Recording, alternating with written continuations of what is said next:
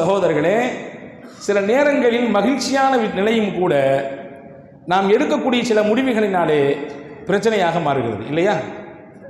நபிகள் பெருமானார் ஸல்லல்லாஹு அலைஹி வஸல்லம் அழகாக வழிகாட்டுகிறார்கள். முதல் விஷயம் என்ன? மகிழ்ச்சிக்கான வழிகளில் முதல் விஷயம் என்ன? அல்லாஹ் உங்களுக்கு எந்த வாழ்க்கையை தந்திருக்கிறானோ அதை போதும் என்று ஏற்றுக்கொள்ளுங்கள். போதும் என்ற மனமே பொன் செய்யும் மருந்து என்றான் தமிழிலே இல்லையா? பெருமானார் ஸல்லல்லாஹு அலைஹி வஸல்லம் பிரதான துஆக்களில் ஒன்று, அல்லாஹும்ம அக்ஃபினி பிஹலாலிக அன் ஹராமிக் வ அக்னினி பிஃபத்லிக அம்மன் சிவாக். யா அல்லாஹ், நீ தரக்கூடிய ஹலாலை கொண்டு நான் போதுமாக்கிக் கொள்ள வேண்டும். நீ தரக்கூடிய வழி எனக்கு ஹலாலா இருக்கணும். என்னுடைய முயற்சி, திறமை, ஆளுமை, ஆற்றல் எல்லாத்தையும் தாண்டி எனக்கு இன்னைக்கு இதுதான்றதை நீ தான் எழுதுற. எனக்கு இன்னைக்கான வருமானம், இந்த மாதத்திற்கான வருமானம், இந்த வருடத்திற்கான வருமானம் என்பது உன்னால் முடிவு செய்யப்பட்டது. அதை ஹலாலா கொடு. நீ கொடுத்ததை கொடு நான் போதுமாக்கிக்கணும். ஹராம் பக்கம் போயிடக்கூடாது. இன்னும் வேணும் இன்னும் வேணும் என்ற சிந்தனை என்னை ஹராமில் தள்ளிவிடக்கூடாது.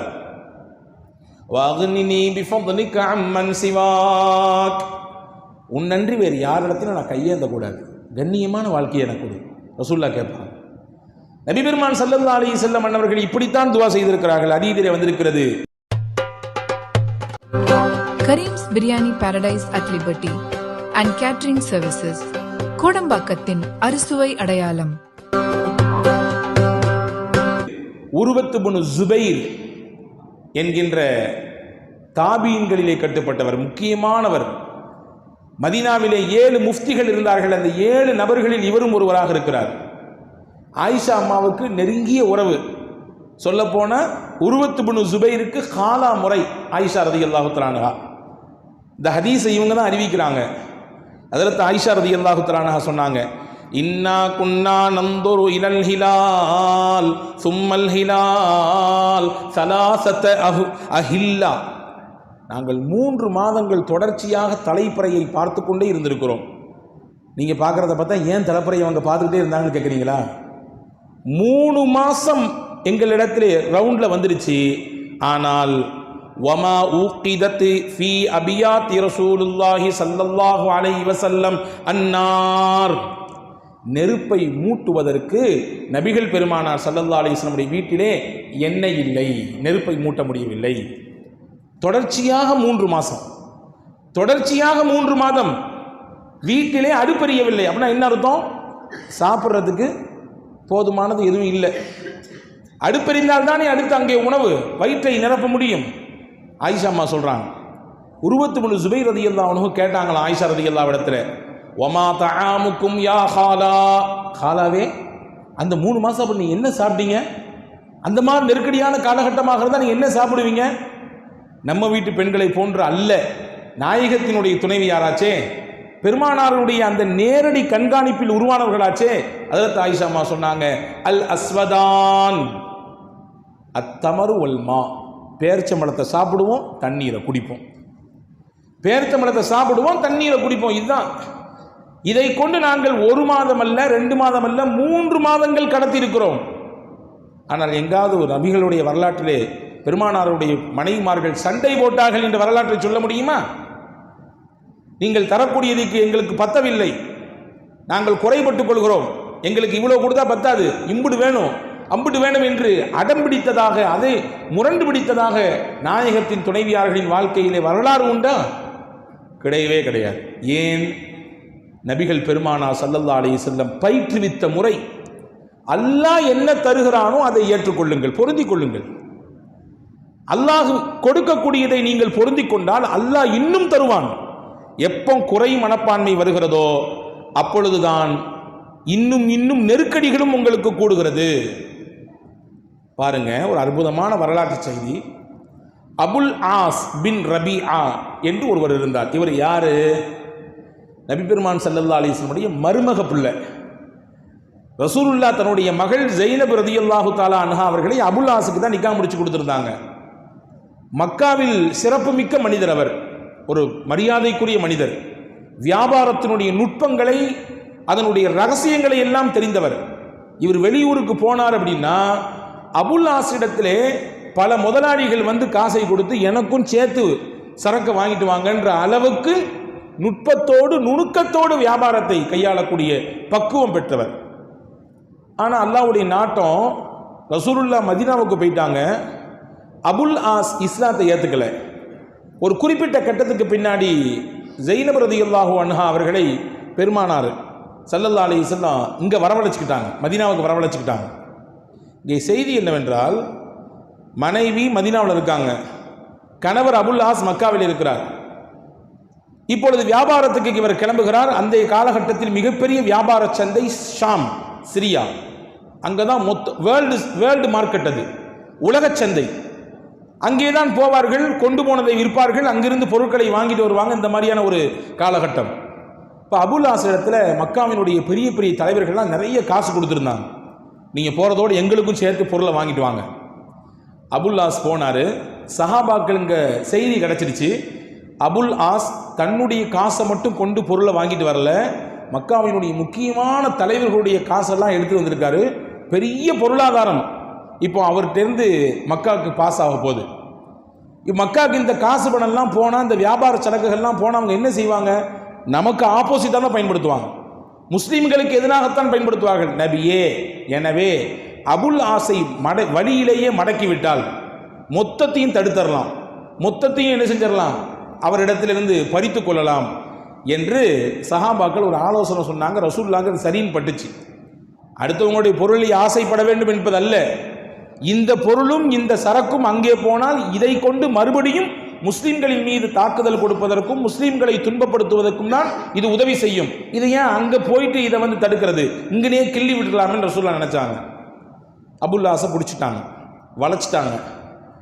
எப்படியோ ராத்திரியா அபுல் ஆஸ் தெரிஞ்சுக்கிட்டாரு, தன்னுடைய மனைவி ஜெய்னப் எங்கே இருக்கிறாங்கன்னு தெரிஞ்சுக்கிட்டு அவங்கள்ட்ட பக்கத்தில் போய், இந்த மாதிரி நான் விவகாரமாக மாட்டிக்கிட்டேன், நீ தான் எனக்கு பாதுகாப்பாக கொடுக்கணும், ஏன்னா உங்கள் பாபா தான் இங்கே இருக்கிறாங்க, முகமது நபி உங்களுடைய தகப்பனார், நீங்கள் தான் எப்படியாவது பேசி கொண்டு எனக்கு அம்னை வாங்கித்தர வேண்டும், அடைக்கலம் கொடுக்க வேண்டும். மறுநாள் காலை ஃபஜர் தொழுது முடிக்கிறாங்க ரசூலுல்லாஹ் சஹாபாக்களோடு சேர்ந்து. தொழுது முடித்து சலாம் கொடுத்த உடனே பெண்கள் பகுதியிலிருந்து ஒரு சத்தம் வந்துச்சு. அந்த சத்தம் ஜைனப் ரலியல்லாஹு தஆலாவுடைய சவுண்டு. யா ரசூலல்லாஹ், அல்லாஹ்வின் திருத்தூதர்களே, அபுல் ஆஸ் என்னிடத்திலே வந்து அடைக்கலம் கேட்டிருக்கிறார், நான் அவருக்கு அடைக்கலம் கொடுத்து விட்டேன். அப்படின்னா என்ன அர்த்தம்? நான் கொடுத்த அடைக்கலத்திற்கு எதிராக நீங்கள் யாரும் அவரை தீண்டாதீர்கள், துன்பப்படுத்தாதீர்கள், நான் அவருக்கு அடைக்கலம் கொடுத்துட்டேன் அப்படின்னு அந்த அம்மா சொல்றாங்க. ரசூலுல்லாஹ்வும் திரும்பி பார்க்குறாங்க, சஹாபாக்களும் திரும்பி பார்க்குறாங்க. உடனே ரசூல் ஸல்லல்லாஹு அலைஹி வஸல்லம் சஹாபாக்களுக்கு ஒரு விஷயத்தை புரிய வச்சாங்க. இந்த செய்தி நீங்க எப்படி ஃபர்ஸ்ட் கேட்குறீங்களோ அதே மாதிரி நானும் இப்போ தான் ஃபர்ஸ்ட் கேட்குறேன். முன்னாடியே பேசி வரப்பட்டதுனா இல்லை, நீங்க எப்படி ஃபஜர் தொழுது முடிச்சுட்டு இந்த சவுண்டை கேட்குறீங்களோ அதே மாதிரி நானும் இப்போ தான் ஃபர்ஸ்ட் கேட்குறேன்.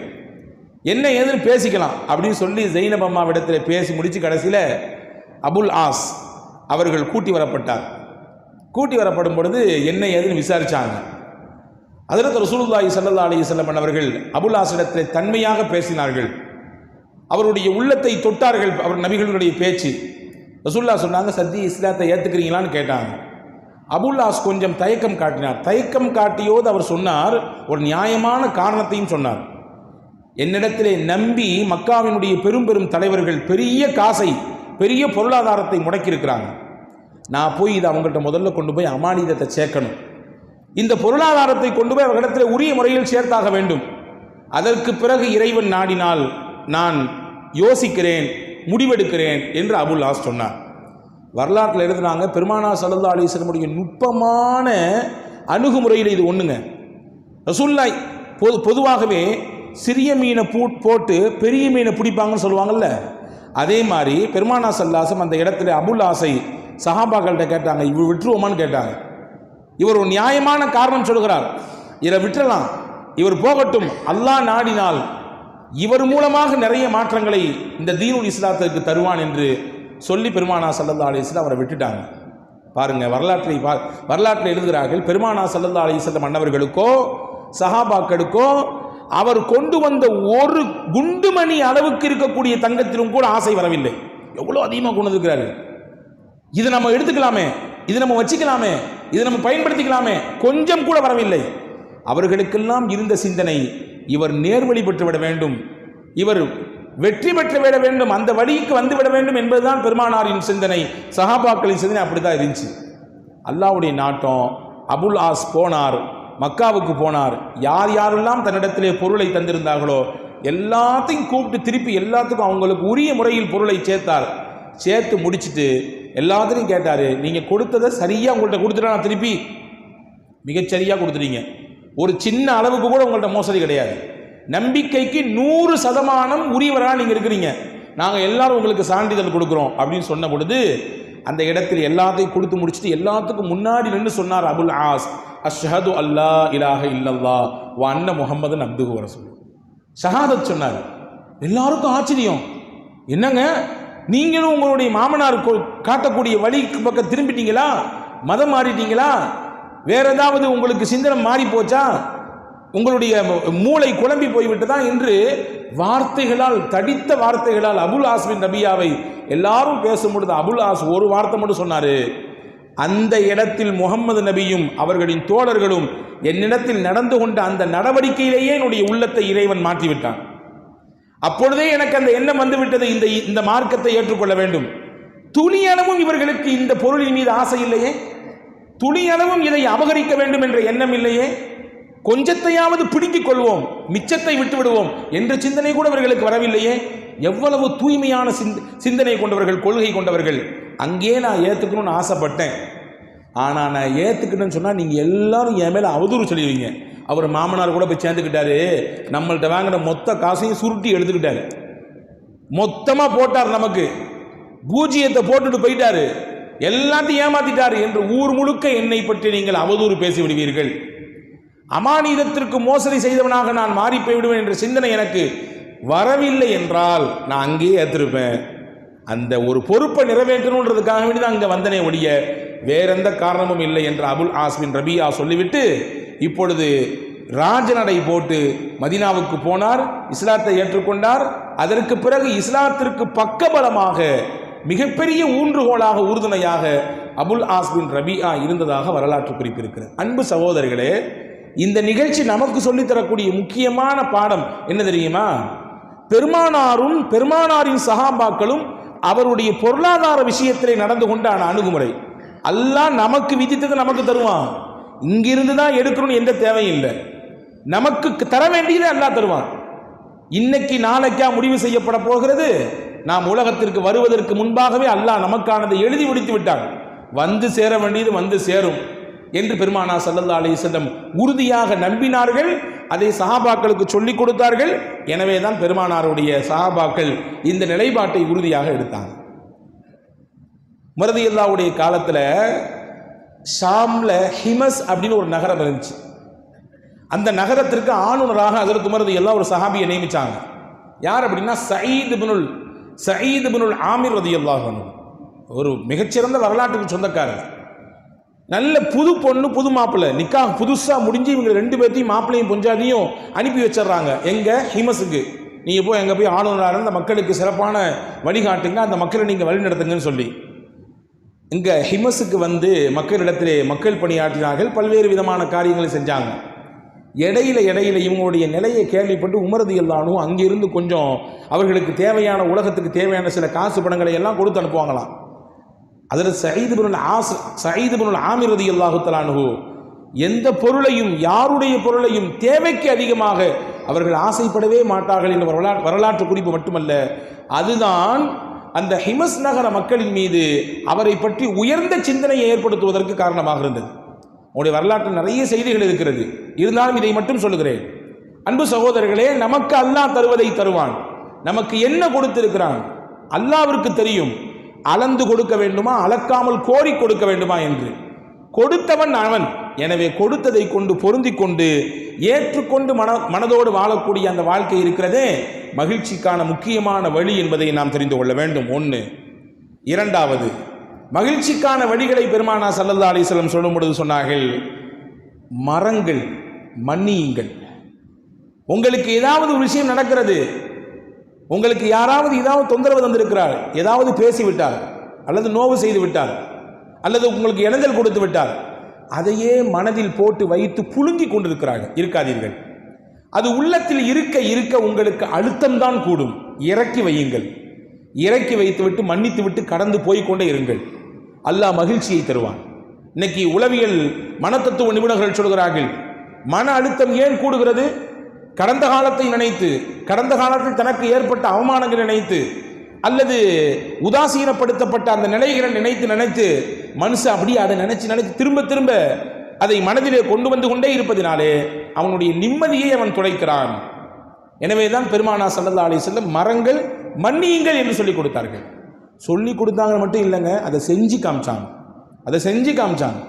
நம்ம எல்லாத்துக்கும் தெரியும், பத்ர் யுத்தத்தில் சஹாபாக்கள் 313 பேர் சஹாபாக்கள் கலந்துக்கிட்டாங்க. பத்ர் யுத்தத்தில் தான் எதிரிகள் பல நபர்கள் வீழ்த்தப்பட்டாங்க. அபூஜஹல் கொல்லப்பட்டார். அந்த வரிசையிலே உத்பத் இப்னு ரபீஆ என்பவர் கொல்லப்பட்டார். வலீத் இப்னு உத்பா இவரும் கொல்லப்பட்டார். ரெண்டு பேரும் யாரு? உத்பத் இப்னு ரபீஆ தந்தை, வலீத் இப்னு உத்பா மகன். தந்தையும் மகனும் கொல்லப்பட்டாங்க எதிரணியிலிருந்து. இப்போ இந்த உத்பத் ரபீஆவுக்கு பிறந்த ஒரு பெண் பிள்ளை, அந்த பெண் பிள்ளைக்கு பேர் தான் ஹிந்த் பின் உத்பா. ஹிந்த் பின் உத்பா வரலாற்றிலே ஹிந்தா என்ற பெயருக்கு சொந்தக்கார பெண்மணி. இந்த பெண்மணிக்கு ஒரு வைராகியம், எங்க அத்தாவையும் என் சகோதரன் வலீதையும் யாரு கொன்னாங்களோ அவனை நான் பழிக்கு பழி தீக்கணும் என்று ஒரு வைராகியம். கண்டறிந்தால் அந்த பெண்மணி தன் தகப்பனாருடைய மரணத்திற்கும் தன்னுடைய சகோதரனுடைய மரணத்துக்கும் யார் காரணம் அப்படி சுத்தி போய் பார்த்தா லாஸ்ட்ல வந்து ஹம்சா ரலியல்லாஹு நிக்குது. ஹம்சா ரலியல்லாஹு தான் அந்த ரெண்டு பேரையும் கொலை செய்தார்கள். இப்போ இந்த ஹிந்த் இப்னு உத்பா உறுதி எடுத்தார். என்ன உறுதி தெரியுமா? என் தகப்பனையும் என் சகோதரனையும் எந்த ஹம்சா கொன்றாரோ அதே ஹம்சாவை நான் பழி தீர்ப்பேன் என்று மட்டும் சொல்லவில்லை, அந்த ஹம்சாவின் கொடலை உருவி என் தோளிலே மாலையாக போட்டுக்கொள்வேன் என்று சொன்னார். அதற்கான சந்தர்ப்பத்தை எதிர்பார்த்து கொண்டே இருந்தார். மிகச்சிறப்பாக ஒரு வருடத்திலேயே அடுத்த சந்தர்ப்பம் வந்தது, உஹது யுத்தக்களம். இந்த செய்தியை சொன்னதோடு மட்டுமல்லாம தன்னிடத்திலே அடிமையாக ஒருவர் இருந்தார். ஹிந்தா என்ற பெண்மணிக்கு அடிமையாக ஒருத்தர் இருந்தார். அவருக்கு பேர் தான் வஹ்ஷி. வஹ்ஷி இடத்திலே ஹிந்தா சொன்னார், இந்த மாதிரி ஹம்சாவை நான் பழி தீர்க்கணும்னு ஆசைப்படுறேன், யாராவது என்னுடைய இந்த சேலஞ்சை நிறைவேற்றி கொடுத்தாங்கன்னா நான் அவங்களுக்கு மிகப்பெரிய சன்மானத்தை கொடுப்பேன், மட்டுமில்லை அவங்களை நான் சுதந்திர நபராக மாற்றிடுவேன், அடிமை என்ற நிலையிலிருந்து மாற்றிடுவேன் அப்படின்னா. உடனே வஹ்ஷிக்கு ஆர்வம் பொங்கிடுச்சு. என்னது, அடிமையிலிருந்து வெளியே போயிடலாமா, பெரிய பரிசல் கிடைக்குமா, அதை நானே செய்கிறேன்னாரு. இந்த வேலையை நானே செய்கிறேன் என்று சொன்னார். ஹிந்தாவுக்கு ரெட்டிப்பு சந்தோஷம். வேற ஆளை தேடி வெளியே போக வேண்டியதில்லை, நம்மள்ட்ட இருக்கக்கூடிய ஆளே அந்த வேலையை செய்கிறேன்னு சொல்லிட்டாரு. சரி, உரிமையிட்டலாம், பரிசலையும் கொடுத்துடலாம் என்று வஹ்ஷியை உசுப்பேத்தி உஹது களத்துக்கு அனுப்பி வைத்தான். உஹது களத்திலே பெருமானா ஸல்லல்லாஹு அலைஹி வஸல்லம் அன்னவர்களுடைய தகப்பனாரோடு பிறந்த ஹம்ஸத் இப்னு அப்துல் முத்தலிப் ரலியல்லாஹு தஆலா அவர்கள் ஷஹீதாக்கப்பட்டார்கள். அவரை கொன்றது யார்? வஹ்ஷி தான் கொன்றார். வஹ்ஷி கொன்று என்ன செய்தார்? அவருடைய வயிற்றை கிழித்தார்.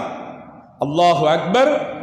ஹம்ஸா ரலியல்லாஹுடைய வீர வரலாற்றை படிக்க வேண்டும் என்றால் கண்ணிலிருந்து கண்ணீரை சொரிந்தவாறே தான் படிக்க வேண்டும். இந்த மார்க்கத்திற்கு ஹம்ஸா ரலியல்லாஹு செய்த மகத்தான சேவை வரலாற்றில் எழுதுறாங்க. மக்கமா நகரிலே இஸ்லாம் பகிரங்கமாக வெளிப்படுவதற்கு ரெண்டு பேர் காரணம். ஒன்று உமர் ரலியல்லாஹு அன்ஹு, ரெண்டாவது ஹம்ஸா ரலியல்லாஹு.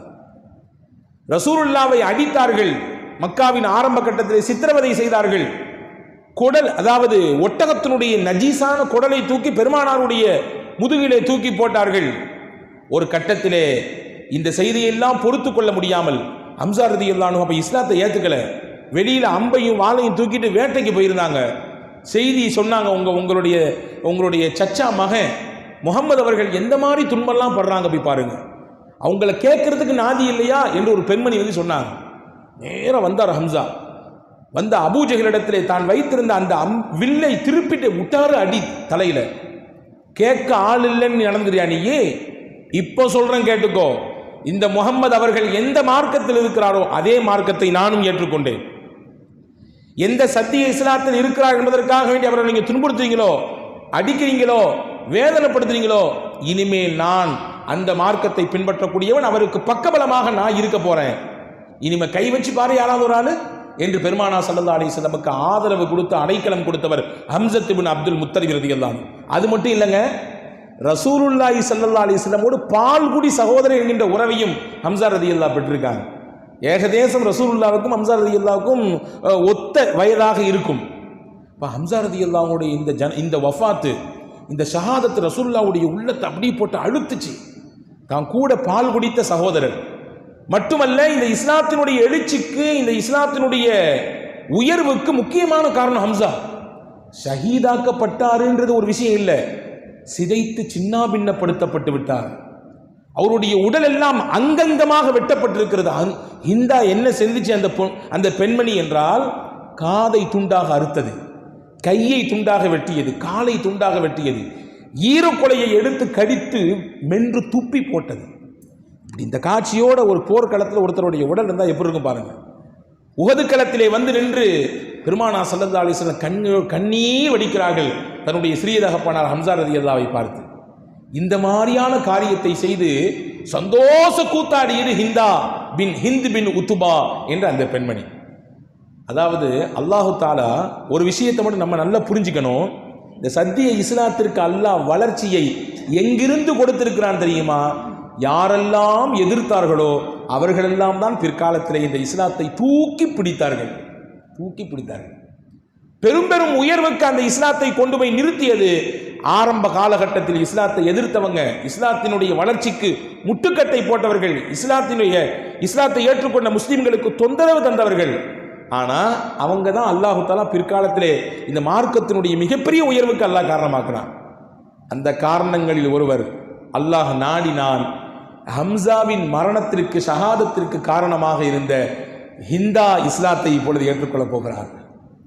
வஹ்ஷி இஸ்லாத்தை ஏற்றுக்கொள்ளப் போகிறார். ஃபத்தஹே மக்கா வெற்றி கொள்ளக்கூடிய சமயத்திலே இந்த ஹிந்த் பின் உத்துபா அவருடைய கணவர் தான் அபூ சுஃபியான்ட்ட வந்து இந்த அம்மா சொல்லுச்சு, சத்தியமான மார்க்கம் இந்த இஸ்லாம் தான் எனக்கு புரிஞ்சிருச்சு. நான் இந்த இஸ்லாத்துக்கு எதிராக எவ்வளவு கொடுமைகள் செய்து விட்டேன். நான் இஸ்லாத்தை ஏற்றுக்கொண்டு இப்போ நான் ஆசைப்படுறேன். முகம்மது அவர்களை இறைத்துதர் என்று ஒத்துக்கொள்ள வேண்டும் என்று விருப்பப்படுறேன். என்ன செய்யணும் அப்படின்னு கணவனிடத்திலே வந்து ஹிந்தா கேட்டாங்க. உடனே கணவரா சொன்னாரு, நீ என்னெல்லாம் பண்ணியிருக்க, நீ என்ன மாதிரியான டிஸ்டர்ப்லாம் கொடுத்துருக்கிற முஸ்லிம்களுக்கு, நீ கொடுத்த உச்சகட்டமான வேதனை முகம்மது அவர்களுடைய தகப்பனாரோடு பிறந்த ஹம்சாவை எந்த மாதிரி நீ வந்து நடந்துக்கிட்ட. நீங்க நான் வர முடியாது முகம்மது இடத்துல பேசுறதுக்கு, வேணா மக்காலேருந்து யாரையாவது கூட்டிட்டு போ, நபிக்கு நெருக்கமான நபர்களை யாரையாவது கூட்டி விட்டு போய் நபி இடத்துல பேசு என்று சொன்ன உடனே ஹிந்த் பின் உத்துபா ரெண்டு பேரை கூப்பிட்டாங்க. ஒன்று தன்னுடைய சகோதரர் அபூ ஹுதைஃபத் இப்னு உத்துபா அவரையும் கூப்பிட்டாங்க. ரெண்டாவது உஸ்மான் இப்னு அஃபான் ரலியல்லாஹு அன்ஹு, ரெண்டு பேரையும் கூட்டி நீங்கள் ரெண்டு பேரும் வாங்க ரசூலுல்லாஹ்ட்ட போகணும், நான் இஸ்லாத்தை ஏற்றுக்கொள்ள போகிறேன் என்று சொல்லிக்கொண்டு போகிறாங்க. பெருமானா ஸல்லல்லாஹு அலைஹி வஸல்லம் அவர்களை சந்திக்கிறார்கள். நீங்கள் யோசிக்க வேண்டும், ஒரு சராசரி மனிதராக இருந்து இதை நீங்கள் பாருங்கள். நாயகத்தினுடைய உயர்வும் மேன்மையும் இந்த உலகத்திற்கு அவர்கள் காட்டி தந்த உயர்ந்த வழிகாட்டுதலையும் இங்கிருந்து தான் நாம் பாடமாக எடுக்கிறோம். ஒப்பற்ற இறை தூதர் என்று நாம் ஏன் நபிகளை சொல்லுகிறோம் என்றால், அவர்களின் குணத்திற்கு கூட உலகத்திலே ஒப்பு ஓமை கிடையவே கிடையாது. அல்லாஹ் முஹம்மது என்று பெயர் வைத்தான், புகழுக்குரியவர் என்ற பெயரை வைத்தான். அல்லாஹ் அவர்களின் வாழ்க்கையையும் புகழாக ஆக்கினான். அவர்களின் குணநலங்களையும் புகழுக்குரியதாகவே அல்லாஹ் மாற்றி கொடுத்தான். யாருக்கு வரும் இந்த சிந்தனை, உயர்ந்த சிந்தனை? சாதாரணமாக ஏதாவது நமக்கு ஆப்போசிட்டாக பேசிட்டாலும் கூட அடுத்தவரை பார்க்கும் பொழுதே அப்படி பல்ல நரன்னு கடிக்கிறோம் இல்லையா? அடுத்து சந்தர்ப்பம் கிடைச்சா எப்படி காலை பிடிச்சி இழுத்து விடலாம் வேகமா என்று யோசிக்க வைக்கிறது சராசரி மனிதனின் இயற்கை சிந்தனை. இங்கே பாருங்கள், ஹிந்த் பின் உத்துபா அந்த மரணத்தினால் மிகப்பெரிய வேதனையும் வருத்தத்தையும் பெற்ற பெருமானா ஸல்லல்லாஹு அலைஹி வஸல்லம் சந்திக்க போகிறது. எந்த நிலையிலே? மனம் திருந்தி இஸ்லாத்தை ஏற்றுக்கிறேன். ஸல்லல்லாஹு அலைஹி வஸல்லம் புன்முறுவலோடு அந்த பெண்மணியை அழைத்து ஷஹாதா கலிமா சொல்லிக் கொடுத்து ஃபபாயஅஹுன்ன ரசூலுல்லாஹி ஸல்லல்லாஹு அலைஹி வஸல்லம், பெருமானா ஸல்லல்லாஹு அலைஹி வஸல்லம் அந்த பெண்மணி இடத்திலே பைஅத் செய்தார்கள் என்று ஹதீஸ் இருக்கிறது. மன்னிச்சிட்டாங்க, எல்லாத்தையும் மன்னிச்சிட்டாங்க. அல் இஸ்லாமு தஹ்தீமு மா கான கபுலா. அப்பதான் ஸல்லல்லாஹு அலைஹி சொன்னாங்க, எப்போ ஒரு மனிதர் இஸ்லாத்தை ஏற்றுக்கிறாரோ அந்த இஸ்லாமிய வருகை அவர் கடந்த காலத்தில் செய்த எல்லா பாவத்துக்கும் அதுவே பிராய்ச்சித்தம், அதுவே பொது மன்னிப்பு. ஒரு இஸ்லாத்திற்குள்ள வர்றதே மிகப்பெரிய பொது மன்னிப்பு. மன்னித்தார்கள், மறந்தார்கள். அன்பு சகோதரர்களே, மகிழ்ச்சிகரமான வாழ்க்கைக்கு இது முக்கியம். இன்னைக்கு பார்க்குறோம், ஒன்றும் இல்லை, தூரமாக போன உறவு இல்லை, அப்பா மகன் உறவு. மகனை பார்த்து அப்பா சொல்றாரு, நான் மௌத்தா போயிட்டாலும் என் தீதாரை பார்க்க நீ வரக்கூடாது. கூட பிறந்த சகோதர உறவு, சகோதர ரத்தம், ஒரே ரத்தம், ஒரே தகப்பனுக்கு தாய்க்கு பிறந்தவர்கள், பேச்சுவார்த்தை இல்லாமல் முறித்து கொண்டு இங்கிட்டும் அங்கிட்டும் திரும்பி கொண்டு போவதை பார்க்கிறோமா இல்லையா? எவ்வளவு பெரிய வருத்தமும் வேதனையும் உறவுகளுக்கு இடையிலே, எவ்வளவு பெரிய விரிசல்கள். இதுக்கெல்லாம் மூல காரணம் என்ன? என்னதான் ஆனாலும் அவர் சொல்றதை நான் மறக்கவே முடியாது, நான் மூத்தா போறவரை மறக்க மாட்டேன் என்று சொல்கிறோமா இல்லையா? அன்பர்களே, மகிழ்ச்சிகரமான வாழ்க்கைக்கு இஸ்லாம் மறக்க சொல்கிறது. நல்ல விஷயத்தை மறக்காதீங்க. உங்களுக்கு எது இடர் தந்ததோ அதை மறந்து விடுங்கள். நல்ல விஷயத்தை மறக்கக்கூடாது, அதை நினைவில் வைத்துக் கொள்ள வேண்டும். மறப்பது மட்டுமல்ல, அவருக்கு உபகாரம் செய்யுங்கள் என்று மார்க்கம் சொல்லுகிறது. உங்களுக்கு யார் இடங்கள் கொடுத்தாங்களோ அவங்களுக்கு நீ உபகாரம் செய்யுங்க. அதை விட பெரிய பனிஷ்மெண்ட் வேற ஒண்ணுமே இல்லைங்க. உங்களுக்கு யார் டிஸ்டர்ப் பண்றாங்களோ அவங்களுக்கு நல்லது செய்யுங்க. நீங்க அவருடைய உள்ளத்திலே அதுவே ஒரு பெரிய மாற்றத்தை ஏற்படுத்தும். என்னடா இது, நம்ம இப்படிலாம் இடங்கள் கொடுக்குறோம், நம்மளும் நல்ல அபிப்பிராயத்தோடு பேசிக்கிறாங்க, நம்மின் மீது உயர்ந்த சிந்தனை வச்சிருக்கிறாங்க என்ற எண்ணத்தை அது ஏற்படுத்தி தரும் என்றார்கள் பெருமானார் ஸல்லல்லாஹு அலைஹி வஸல்லம். அபூஜஹலை விட ஒரு பெரிய கொடியவனை சொல்ல முடியுமா வரலாற்றிலே? இஸ்லாத்திற்கும் முகமது நபிக்கும் எவ்வளவு டார்ச்சர்ஸ். அந்த அபூஜஹலுடைய மகன் இக்ரிமா, அவரும் பத்ர் யுத்தத்தில் ஆப்போசிட் பார்ட்டி, முஸ்லீம்களுக்கு ஆப்போசிட்டா நின்னாரு. ஆனால் அந்த இக்ரிமா இஸ்லாத்தை ஏற்றுக்கொண்டு அவருடைய மனைவியோடு சேர்ந்து தூர தேசத்தில் இருந்தார். ரசூலுல்லாவை சந்திக்கிறதுக்காண்டி வந்தார். வரலாற்றில் எழுதுறாங்க பாருங்க, எவ்வளவு நுட்பமாக எழுதப்பட்டிருக்கிறது பெருமானாருடைய அந்த வரலாறுகள். ரசூலுல்லாஹ் சொன்னாங்க சஹாபாக்களை பார்த்து, இப்போ இக்ரிமா வரப்போறாரு, இஸ்லாத்தை ஏற்றுக்கொள்ள வேண்டும் மனநிலையை வர்றாரு. அவர் வரும்பொழுது உங்களில் யாரும் அபூஜஹல் பேரை கூட சொல்லாதீங்கன்னா, அபூஜஹலை பற்றி வாயை திறக்காதீங்க, அவர் பேர் கூட சொல்ல வேண்டாம். அப்படி சொல்லும் நேரத்திலே அவருக்கு மனதால் ஒரு இடைஞ்சல் ஏற்படும். நம்ம அப்பா கூட சேர்ந்து இந்த முஸ்லீம்களுக்கு என்னெல்லாம் பண்ணியிருக்கோம், என்ன மாதிரியான கொடுமெல்லாம் கொடுத்துருக்கோம் என்ற சிந்தனை அவருக்கு ஏற்படும். எனவே அதை சொல்லாதீர்கள் சொல்லிட்டு ஒரு செய்தி சொன்னாங்க, அதான் முக்கியமானது. மௌத்தா போன ஒருத்தரை வச்சு நம்ம ஏதாவது பேசினோம்னா அந்த இறந்து போனவருக்கு எந்த பாதிப்பும் தராது, இருக்கிறவங்களுக்கு தான் பாதிப்பு தரும். உங்க அத்தாவை பத்தி எனக்கு தெரியாதா? 20 வருஷத்துக்கு முன்னாடி ஊர்ல என்ன தெரியுமா பண்ணாரு? உங்க அத்தாவை பத்தி எனக்கு தெரியாதா? அவர் அங்க இருக்கும் பொழுது என்ன பண்ணாரு தெரியுமா? அவர் மௌத்தா போன பின்னாடி அதை அவருடைய மகனிடத்தில் சொல்லி என்ன பலன்? இறந்து போனவருக்கு அதெல்லாம் இதான் பாதிப்பு ஏற்பட போகிறதா? இல்லை, அதை கொண்டு ஹயாத்தோடு இருக்கக்கூடியவர்களுக்கு தான் நீங்கள் நோவு தருகிறீர்கள். எனவே அபூஜஹல் போயிட்டான், முடிஞ்சிச்சு. இப்ப அவருடைய மகன் மனம் திரிந்து வர்றாரு. நாம் ஏற்றுக்கொள்ள வேண்டும், அரவணைக்க வேண்டுமே தவிர அவருடைய ஆள் மனதை நோண்டக்கூடாது, சுரண்டி பார்க்கக்கூடாது, வேதனைப்படுத்தக்கூடாது என்றார்கள் பெருமானார் ஸல்லல்லாஹு அலைஹி வஸல்லம். இப்போ மறப்போம், மன்னிப்போம். மன நிம்மதியான மகிழ்ச்சிகரமான வாழ்க்கைக்குரிய இரண்டாவது வழி. மூன்றாவது வழி என்ன? மார்க்கம் சொல்லுகிறது, மகிழ்ச்சிகரமான வாழ்க்கையை நீங்கள் எதிர்பார்க்கிறீர்களா? உங்களுடைய தலை விதி என்னவோ அதை ஏற்றுக்கொள்ளுங்கள். கலா கதரை நம்புங்கள், அதை ஏற்றுக்கொள்ளுங்கள். வாழ்க்கையில் நாம் எப்படி குட்டி கண்ணம் அடித்தாலும் கூட நமக்கானது என்று எது கிடைக்குமோ அதுதான் கிடைக்கும். அல்லாஹும்ம லா மானிஅ லிமா அதைத் வலா முஅதிய லிமா மனஅத். ஹஜ்ரத் ரசூலுல்லாஹ் செஞ்ச துஆ, யா அல்லாஹ், யா அல்லாஹ், லா மானிஅ லிமா அதைத், நீ கொடுக்கிறத யாரும் தடுக்க முடியாது உலகத்தில். நீ கொடுக்கணும்னு முடிவு பண்ணிட்டா எப்படியும் தருவ. கொடுக்கிற தெய்வம் கூரையை பிச்சுக்கிட்டு சொல்லுவாங்க இல்லையா? கூரையெல்லாம் அல்லாஹ் பிய்ய மாட்டான், எப்படியோ தருவான். எனவே நீ கொடுக்க முடிவு செய்து விட்டால் அதை தடுப்பதற்கு யாரும் இல்லை. வலா முஅதிய லிமா மனஅத், நீ தடுக்கணும்னு முடிவு பண்ணிட்டனா யாராலையும் அதை கொடுக்க முடியாது. நீ ஒரு விஷயத்தை தடுக்கணும்னு முடிவு பண்ணிட்ட அப்படின்னா யாராலையும் கொடுக்க முடியாது. ஆனால் மனித மனம் பொதுவாகவே இல்லாததை நினைத்தே ஏங்கும், இருப்பதை கொண்டு எப்பொழுதுமே திருப்திப்படாது. மனித மனம் பொதுவாக கண்ணாடிக்கு முன்னாடி போயினா நம்ம என்ன செய்வோம்? அல்லாஹ்வுக்கே கரெக்ஷன் சொல்லுவோம்.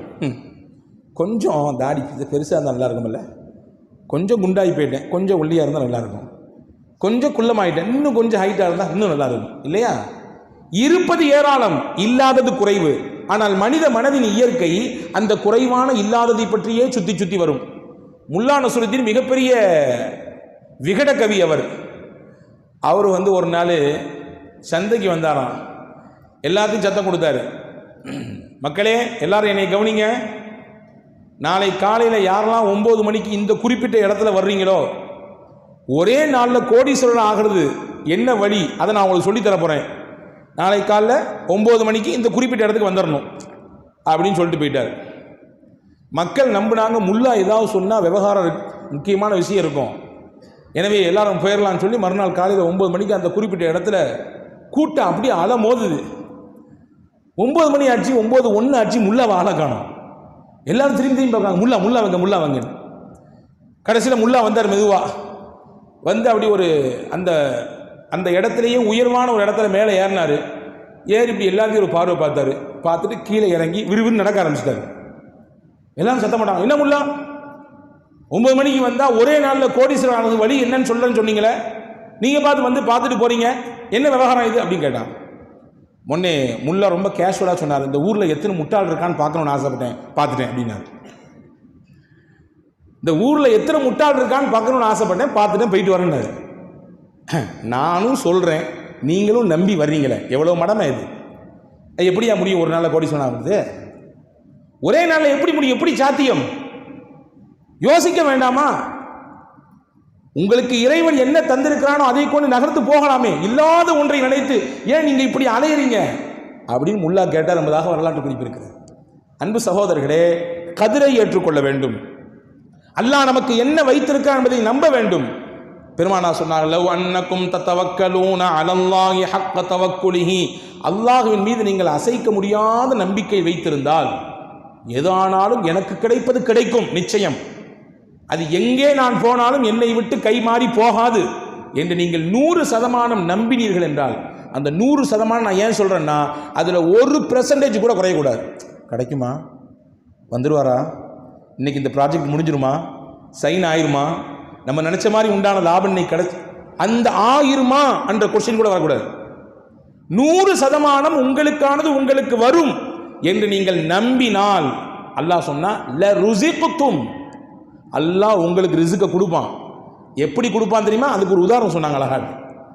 ரசூலுல்லாஹ் அழகான ஒரு உதாரணம் சொன்னார்கள். கமா துர்ஸகுத் தைர் தகுது ஹிமாசன் வ தரூஹு பிதானா, பறவைகளுக்கு அல்லாஹ் கொடுக்கிற மாதிரி ரிஸ்க் அல்லாஹ் உங்களுக்கு தருவான். பறவைகளுக்கு அல்லாஹ் எப்படி கொடுக்குறான்? பறவைகள் கூட்டை விட்டு கிளம்பும் போது காலியான வயிற்றோடு வெளியே போகுது, மறுபடியும் மாலை கூட்டுக்கு வரும் பொழுது வயிறார நிரம்பி பசியாற்றி விட்டு வருது. கூட்டை விட்டு வெளியே போகும்போது பறவை யோசிக்குமா, இன்னைக்கு மத்தியானம், இன்னைக்கு காலையில் பிரேக்ஃபாஸ்ட்டு இந்த இடத்துல, மத்தியானம் லஞ்சு வந்து இந்த இடத்துல, ஈவினிங் டின்னர் வந்து இங்கே, இடையில ஸ்நாக்ஸ் இங்கே, ஏதாவது யோசிச்சா வெளியே போகுது. படைச்சவனுக்கு தெரியும் அல்லாஹ் கொடுப்பான், படைச்சவனுக்கு தெரியும் நமக்கு என்ன கொடுக்கணும் அல்லாஹ் கொடுப்பான் என்ற நம்பிக்கையில கதிரை நம்பி போகிறது, அல்லாஹ் கொடுக்கிறான். நீங்களும் அவனை அப்படி நம்பினால் பறவைகளுக்கு கொடுப்பதை போன்று கொடுப்பான், பறவைகளுக்கு கொடுப்பதை போன்று கொடுப்பான். அல்லாஹ் கொடுப்பான், நிச்சயம் கொடுப்பான். நம்பினால் கொடுப்பான், நம்பினால் கைவிடப்படா. அல்லாஹ்வின் மீது 100% அவனுடைய கதிரை நம்பினால் ஒருபொழுதும் அல்லாஹ் நம்மை கைவிட மாட்டான். அன்பான சகோதரர்களே, இப்ராஹிம் இப்னு அதுகம் ரலியல்லாஹு அன்ஹு மிகச்சிறந்த இறைநேச பெருமகனார். இப்ராஹிம் இப்னு அதுகம் அரச பரம்பரையில் வந்தவங்க, அவங்க அரசர்களாக இருந்தவர்கள். அப்போ அவங்களுக்கு பொழுதுபோக்கு என்னன்னா, அப்படி காட்டுக்கு போவாங்க, வேட்டையாடுவாங்க, பறவைகளை வந்து அப்படி அம்புகளை வச்சு அடிப்பாங்க.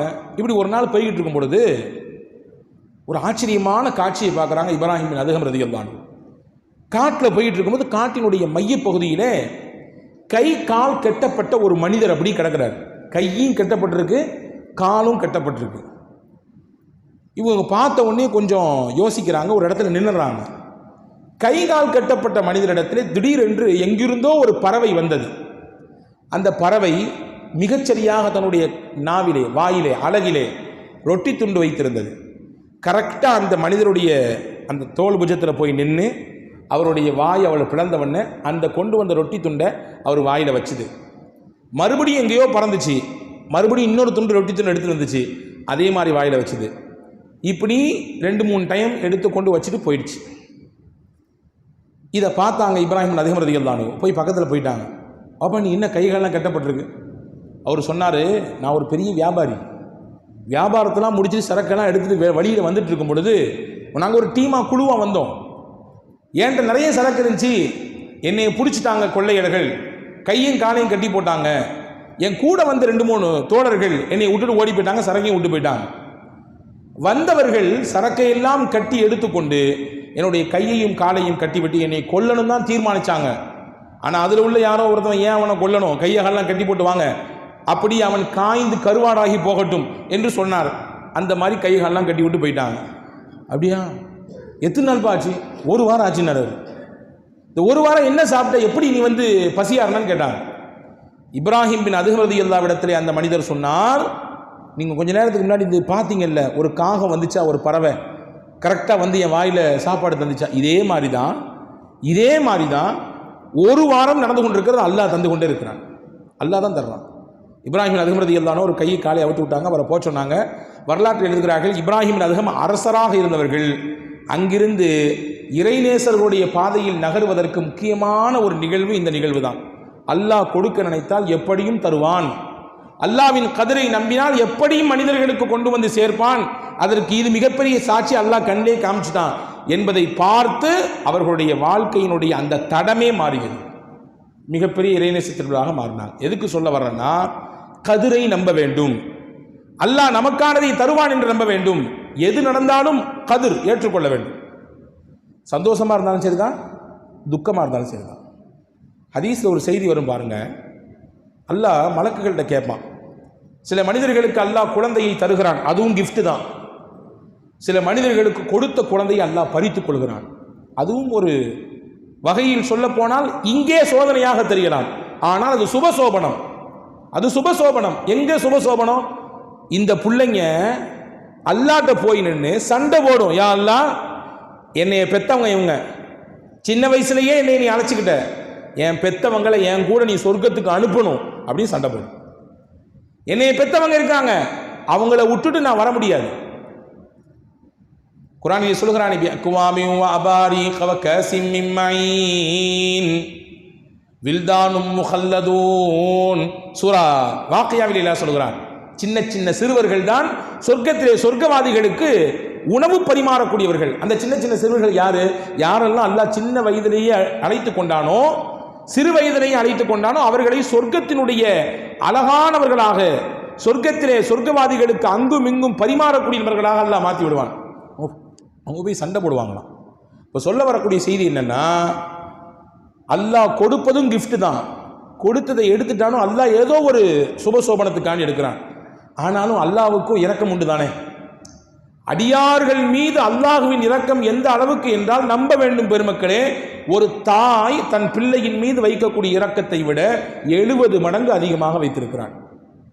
70 மடங்கு அதிகமாக இருப்பதினால்தான் அல்லாஹ் கேட்பானா, இந்த குறிப்பிட்ட இந்த அடியார் அவனுக்கு நான் கொடுத்தேன், அவனுடைய ஈரக்குலையாக அவனுடைய அன்பான குழந்தையை நான் கொடுத்தேன், கொடுத்த நானே அவன்கிட்ட அந்த பிள்ளைகளை வாங்கிக்கிட்டேன். வாங்கின சமயத்தில் என்னுடைய அடியா என்ன சொன்னா அல்லாஹ் கேட்பான். என்ன சொன்னா? அத்தாவுக்கும் மகனுக்கும் பேச்சுவார்த்தை இல்லை வச்சுக்கங்களேன். மகனை வந்து அத்தாவுடைய ஃப்ரெண்டு எங்கேயோ சந்திக்கிறாரு, சந்திச்சு பேசிக்கிறாரு. சந்திச்ச நண்பர் வந்து அத்தாட்ட சொல்றாரு, இப்போ அவன் பிள்ளையை பார்த்தோமா அந்த ஊர்ல, பேச்சுவார்த்தை இல்லை தான், இருந்தாலும் தாய் அந்த தந்தை என்ற மனதல்லவா, என் பிள்ளை என்ன சொன்னா, நல்லா இருக்காரா, எப்படி இருக்காரு, நிச்சயம் இருக்கும். அல்லாஹ் கேட்பான். அப்படி அவனுக்கு ஒரு சோதனை தான். என்ன சொன்னான் அந்த நேரத்தில்? அவன் என்ன சொன்னான்? மலக்குகள் சொன்னார்கள், யா அல்லாஹ் இன்னா லில்லாஹி வ இன்னா இலைஹி ராஜிஊன் என்று சொன்னான். உன்னை புகழ்ந்தான், கொடுத்தவன் அவன், அல்லாஹ்வுடைய முடிவு அவனை எடுத்துக்கொண்டான் என்று அவன் சொன்னான். அப்படியா சொன்னான்? அவ்வளவு சோதனையிலையும் அவ்வளவு கஷ்டத்திலையும் அவ்வளவு இழப்பையும் தாங்கி கொண்டு மனசுல போட்டு புதைச்சி வச்சுக்கிட்டு என்னைய புகழ்ந்து இன்னா லில்லாஹ் சொன்னானா? இன்னா லில்லாஹி வ இன்னா இலைஹி ராஜிஊன் சொன்னானா? சொன்ன ஒன்று அல்லாஹ் அந்த கதிரை நம்பியதற்கு அல்லாஹ் கொடுக்கிற கூலியை பாருங்கள். நான் ஆரம்பத்தில் சொன்னேன், அல்லாஹ் அடியார்கள் மீது 70 மடங்கு பாசம் உள்ளவன். இப்னு லி அப்தி ஹாதா பைத்தன் ஃபில் ஜன்னah வஸம்மூஹு பைத்தல் ஹம்த். இந்த அடியானுக்கான சொர்க்கத்தில் ஒரு மாளிகை கட்டுங்கப்பா, ஒரு பிரம்மாண்டமான மாளிகையை கட்டி விடுங்கள். அந்த மாளிகைக்கு பைத்துல் ஹம்துன்னு பேர் வைங்க. ஏன்னா அவ்வளவு சோதனையிலும் இது கதிர், இதுதான் தலைவிதி என்று ஏற்றுக்கொண்டு பொறுமையோடு இருந்து அவன் இன்னாலில்லா சொன்னான் தானே, அதற்காக வேண்டி அவனுக்கு கொடுக்கக்கூடிய கூலி சொர்க்கத்தின் மாளிகைக்கு பைத்துல் ஹம்துன்னு பேர் வைக்கணும். ஹம்துனா புகழுக்குரிய வீடு. அவன் புகழ்ந்ததினாலே அல்லாஹ் அவனுக்கு தரக்கூடிய கூலி சொர்க்கத்திலே பைத்துல் ஹம்தை அல்லாஹ் தருகிறான். எதற்கு என்றால், நான் இதை எதற்கு சொல்கிறேன் என்றால், கதிரை ஏற்றுக்கொள்கிற பொழுது தானாக அல்லாஹ் மகிழ்ச்சியை தருவான். கதிரை ஏற்றுக்கொள்ள வேண்டும். நமக்கு என்ன தலைவிதியோ அதை ஏற்றுக்கொள்ள வேண்டும். ஏற்றுக்கொண்டார்கள். நான் கூட இந்த நாட்களினுடைய இடையிலே ஒரு நிகழ்ச்சியை சொன்னேன். உம்மு சலமா ரதியல்லாஹு தஆலா அன்ஹா, அபூ சலமா ரதியல்லாஹு தஆலா அன்ஹா, ரெண்டு பேரும் அப்படி ஒரு முன்மாதிரியான கணவன் மனைவிக்கு ஒரு ரோல் மாடல் பார்க்கணும்னா சஹாபாக்கள் அபூ சலமா உம்மு சலமாவை பார்க்கலாம். அவ்வளவு அந்யோன்யம். ரெண்டு பேரும் பேசிக்கிட்டாங்களாம். ஒரு நாள் பேசிக்கிட்டாங்களாம். அந்த அம்மா சொல்லிச்சான், உங்களுக்கு முன்னாடி நான் மௌத்தாயிட்டேன்னு சொன்னா நீங்கள் பொருந்திக்கணும், நீங்கள் அடுத்து நிக்காஹ் செஞ்சுக்கணும் அப்படின்னு சொன்னாங்களாம். அவர் சொன்னாராம்மா, நான் உனக்கு முன்னாடி மௌத்தாயிட்டேன்னா நீ அப்படி பிள்ளைகளெல்லாம் பார்த்துட்டு பேசாமல் இருந்துடக்கூடாது, அடுத்து ஒரு நிக்காஹ் செஞ்சுக்கணும். இப்படி பேசிக்கிட்டாங்க. இருந்தாலும் ஏற்றுக்க முடியல. அந்த மரணம் என்பது உண்மைதான். ஆனாலும் கூட அந்த பிரிவினுடைய வார்த்தையை கூட அவர்கள் கையை வைத்து தடுத்து விடுவார்கள். அந்த அளவுக்கான நெருக்கம். ரசூல் ஸல்லல்லாஹு அலைஹி வஸல்லம் பாராட்டியிருக்காங்க அந்த தம்பதிகளை. உஹது யுத்த களத்தில் தான் அவருக்கு காயம் ஏற்பட்டுச்சு. அந்த காயமே கடைசியில் பெரிதாகி கடத்தில் மௌத்தானார். அதுவே அவருக்கு மரணத்தை கொடுத்தது. ஆனால் அந்த அபூ சலமா தன்னுடைய மனைவிக்கு ரசூலுல்லாஹ்விலிருந்து வாங்கிட்டு வந்து ஒரு செய்தியை சொல்லி கொடுத்திருந்தார். இன்னைக்கு எத்தனையோ பல விஷயங்களை இந்த 12 நாட்கள் அல்லாஹ்வின் பேரெல்லாம் நமக்கு கேட்டிருக்கோம். கேட்டது இங்கிட்டு வாங்கி அங்கிட்டு போயிடக்கூடாது இல்லையா? பொதுவாகவே நம்ம பேசிக்கிறதுண்டு. உஸ்தாத் எப்படி பயான் பேசுகிறான், அற்புதமான பயான், நல்லா பேசுகிறான். எங்கேயாவது போய் பயானை கேட்டு வரோம், சிறப்பான பயான். யாராவது கேட்டாங்கன்னு வச்சுக்கலாம், என்னங்க சொன்னாங்க, ஏதாவது 2 விஷயம் சொல்லுங்கள். அதையே நீங்கள் கேட்குறீங்க, நல்லா இருக்கா இல்லையா, அதை மட்டும் கேளுங்க. நல்லா இருக்கு, அங்கே என்ன சொன்னாங்க அதெல்லாம் கேட்கக்கூடாது, அது அங்கே வாங்கணும் அங்கே விட்டோம் அப்படின்ற மாதிரி நிலைப்பாட்டோடு நாம் இருக்க மாட்டோம். நிச்சயமாக மஸ்ஜித் இந்தியாவை பொறுத்தவரை அப்படி கிடையாது. ஏனென்றால் பாரம்பரியமாக இங்கே பல்லாண்டுகள் நடக்கிறது, அதை நீங்கள் உள்வாங்கி கொண்டிருக்கிறீர்கள். அன்பு சகோதரர்களே, கேட்ட விஷயத்தை போய் மனைவிமார்கிட்ட பகிரணும், நல்ல விஷயத்தை பகிரணும். இன்னைக்கு உஸ்தாத் அந்த விஷயம் சொல்லி கொடுத்தாங்க, இந்த புது செய்தி கிடைச்சது, இந்த துவா கிடைத்தது, இந்த ஒரு மிகச்சிறப்பான வழி கிடைச்சது, நீனும் கேட்டுக்க இந்த விஷயத்தை என்று சொல்லிக் கொடுக்க வேண்டும். அபூ சலமா ரலியல்லாஹு தஆலா அன்ஹு உம்மு சலமாட்ட சொல்லி கொடுத்தாங்க. ரசூலுல்லாஹ் இன்னைக்கு போனேன், ஒரு செய்தி சொன்னாங்க. ரசூலுல்லாஹ் என்னமா சொன்னாங்க? அந்த அம்மா கேட்டாங்க. என்ன சொன்னாங்க?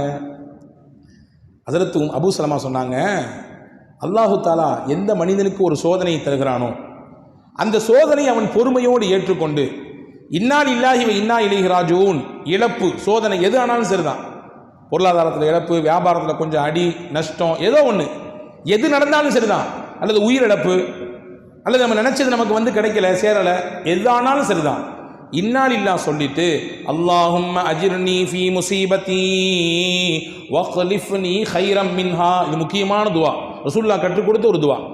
அல்லாஹும்ம அஜிர்னி ஃபீ முஸீபதி வக்லிஃப்னி கைரம் மின்ஹா. வாழ்க்கையில் நிச்சயமாக நமக்கு தேவைப்படும் இந்த துவா, மனனம் செய்ய வேண்டிய துவா இது. ரசூலுல்லாஹ் சொல்லி கொடுக்குறாங்க, யா அல்லாஹ் எனக்கு ஏற்பட்ட இந்த இழப்புக்கு நீனே பகரத்தை கொடு. ஏன்னா பகரம் அல்லாஹ் தான் தர முடியும். அல்லாஹ்வை தவிர்த்து உலகத்தில் இழப்புக்கு ஈடு யாராலும் செய்ய முடியாது இல்லையா? நீனே இதற்கு இழப்புக்கு ஈடு இணையாக நீனே பகரத்தை கொடு. மட்டுமல்ல, இந்த இழப்புக்கு இதை நான் தாங்கிக்கிறேன், அதுக்கு நீ தான் கூலியும் தரணும், இதற்கு நீ தான் கூலியும் கொடுக்கணும், நான் இழந்ததை விட சிறந்த பகரத்தையும் நீ தான் தரணும். 2 கோரிக்கையை அல்லாஹ்ட்ட வைக்கிறாங்க. இதை சொல்லி கொடுத்தாங்கம்மா அப்படின்னு சொல்லி அபூ சலமா உம்மு சலமாட்ட சொல்லி கொடுத்துட்றாங்க. கொஞ்ச நாள் கழியுது, அபூ சலமா வஃபாத் ஆயிட்டாங்க. வஃபாத்தான உடனே உம்மு சலமா ரலியல்லாஹுக்கு இந்த துவா தான் ஞாபகத்துக்கு வந்துச்சு. அவ கணவர் சொல்லி கொடுத்த விஷயம் ஞாபகத்துக்கு வந்துச்சு. ஞாபகத்துக்கு வந்தவுடன் இந்த துவாவை படித்தாங்க. ஹஸரத் உம்மு சலமா ரலியல்லாஹு தஆலா அன்ஹா, அல்லாஹும்ம அஜிர்னி ஃபீ முஸீபதி வக்லிஃப்னி கைரம் மின்ஹா. யா அல்லாஹ், இது எனக்கு மிகப்பெரிய இழப்பு தான். அபூ சலமாவும் எனக்குமான வாழ்க்கை எவ்வளவு முன்னுதாரணமான வாழ்க்கை, அவருக்கும் எனக்கும் எவ்வளவு விட்டு கொடுத்தல், எவ்வளவு அனுசரித்தல், எவ்வளவு அந்யோன்யம், எவ்வளவு பாசம் பரிவு உண்டு. ஆனால் அந்த கணவர் உயிருக்கு உயிராக இருந்தவர் இப்பொழுது என்னோடு இல்லை, இதோ என்னை விட்டு பிரிந்து விட்டார், அவருக்கு உலக வாழ்க்கை முடிந்து விட்டது. ஆனால் இது ஒரு இழப்பு, எனக்கு சோதனை தான், இந்த இழப்புக்கு நீ தான் கூலி தரணும் எனக்கு. ரசூல் சொல்லியிருக்காங்க, அந்த துவாவை நான் படிக்கிறேன், வஹ்லிஃப்னி கைரம் மின்ஹா, இவரை விட சிறந்த பகரத்தை எனக்கு நீ கொடு அல்லான்னு சொல்லி கேட்குறாங்க. சொல்லிட்டு அவங்களால பொறுக்க முடியல, அழுதுறாங்க. அப்படி குடுங்கி அழுதுட்டு சொல்றாங்க, ஐயுர் ரஜுலி கைரம் மின் நபி சலமா, அபூ சலமாவை விட யாரு எனக்கு மிகச்சிறந்த பகரமாக கிடைக்க முடியும்? அபூ சலமா மாதிரி ஒரு கணவன் கிடைக்க முடியுமா? அவரை மாதிரி ஒரு துணை கிடைக்குமா? அப்படின்னு சொல்லி அவங்க ஏக்கத்தோடு சொல்றாங்க. இருந்தாலும் பொருந்திக்கிறாங்க. கதிர் அவ்வளவுதான். மௌத்து ஹயாத்தை தடுக்க முடியுமா? யாரால தடுக்க முடியும் மௌத்து ஹயாத்தை? முடியாது. கதிர் ஏற்றுக்கொள்கிறேன், ரசூல் சொன்னதை நம்புகிறேன், நிச்சயமா அல்லாஹ் நீ தருவேன்னு ஏத்துக்கிறேன்னு சொல்லி நம்பினாங்க, துவா ஓதுனாங்க. அந்த பெண்மணி கதிரை நம்பி நாயகத்தின் வார்த்தையின் மீது இருந்த நம்பிக்கையில் அவர்கள் படித்ததினாலே அல்லாஹ் அவர்களை விட சிறந்த பகரத்தை கொடுத்தான். அபூ சலமாவுக்கு வாக்கப்பட்ட உம்மு சலமா ரலியல்லாஹு தஆலா அன்ஹா அபூ சலமாவின் மரணத்திற்கு பிறகு முஹம்மது ரசூலுல்லாஹ் நிக்கா செய்து கொண்டார்கள். அபூ சலமாவோட முஹம்மது ரசூலுல்லாஹ் சிறப்பு தானே? அதை விட சிறப்பு உண்டா உலகத்தில்? நாயகத்தை விட சிறந்தவர் உலகத்தில் உண்டா? அபூ சலமாவை விட சிறந்த பகரத்தை எனக்கு கொடு என்ன அந்த அம்மா கேட்டாங்க, நம்பி கேட்டாங்க, அல்லாஹ் கொடுத்தான். அன்பு சகோதரர்களே, நாம் கதிரை நம்ப வேண்டும். நமக்குரிய கதிர் என்ன அதை நம்பணும், கலாவை நம்பணும். நம்பினா நிச்சயமாக மகிழ்ச்சிகரமான வாழ்க்கையை அல்லாஹ் நமக்கு தருவான்.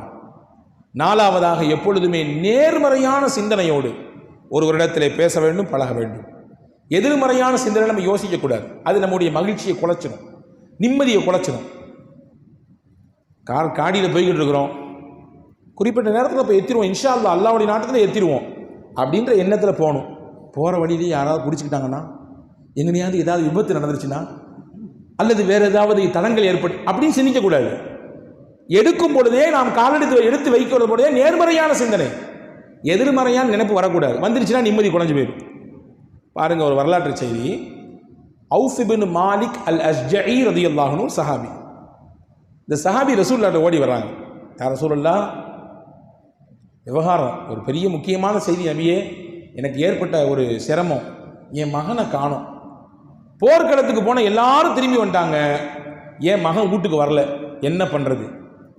வழியை தேடி நான் என் மனைவியோடு நான் மசோதா செஞ்சேன், உங்கள்கிட்ட போயிட்டு வர சொன்னாங்க, நீங்கள் என்ன இதுக்கு வழி என்ன செய்யறதுன்னு கேட்குறாங்க. ரசூல் ஸல்லல்லாஹு அலைஹி வஸல்லம், உங்களுடைய மகனாரை காணமா? சரி, வீட்டுக்கு போங்க, நீங்களும் உங்களுடைய துணைவியாரும் சேர்ந்து உட்கார்ந்து லா ஹவுல வலா குவத இல்லா பில்லாஹில் அலியுல் அதீம் இந்த திக்ரை படிச்சுக்கிட்டே இருக்கீங்க, அல்லாஹ் கொண்டு வந்து கொடுத்துருவான். ரொம்ப சிம்பிளான வழி. உன் மகனை காணோம், இல்லை இழந்துட்டீங்க, போன பிள்ளைகள்லாம் திரும்பி வந்துருச்சிங்க, நீங்கள் உங்கள் பிள்ளை வரலன்னு ரொம்ப ஏக்கத்தில் இருக்கீங்க, அப்படி தானே? ஆமாம், வீட்டில் போய் நான் சொன்ன மாதிரி செய்யுங்க, அல்லாஹ் கொடுப்பான் கொண்டு வந்து. அல்லாஹ் கொண்டு வந்து உங்கள் பிள்ளையை சேர்த்துருவான். ரசூலுல்லாஹ் சொன்னாங்கன்னா 100 இல்லை 200% சஹாபாக்கள் நம்புவாங்க. நேராக போனாங்க, மனைவிட்ட போய் சொன்னாங்க. ரசூலுல்லாஹ்ட்ட போனீங்களா? போனேன். என்ன சொன்னாங்க? லா ஹவுல வலா குவத்த இல்லா பில்லா ஓத சொன்னாங்க.